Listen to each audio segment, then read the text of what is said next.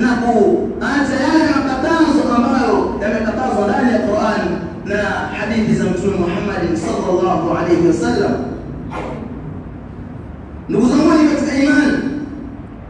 tulipoambiwa anna al-hanifiyya millata Ibrahim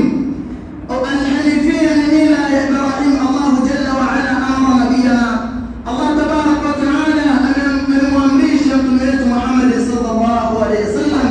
an nattabi'a millata Ibrahim hanifa, kufuata mila Ibrahim alayhi salatu wassalam, kufuata mila Ibrahim alayhi salatu wassalam. Maana Allah kule alipoelekeza kumwelezea Ibrahim alayhi salatu wassalam, kwa maana alikuwa akifanya ibada akimtakasia Allah subhanahu wa ta'ala, kisha akamwambia Mtume Muhammad sallallahu alayhi wasallam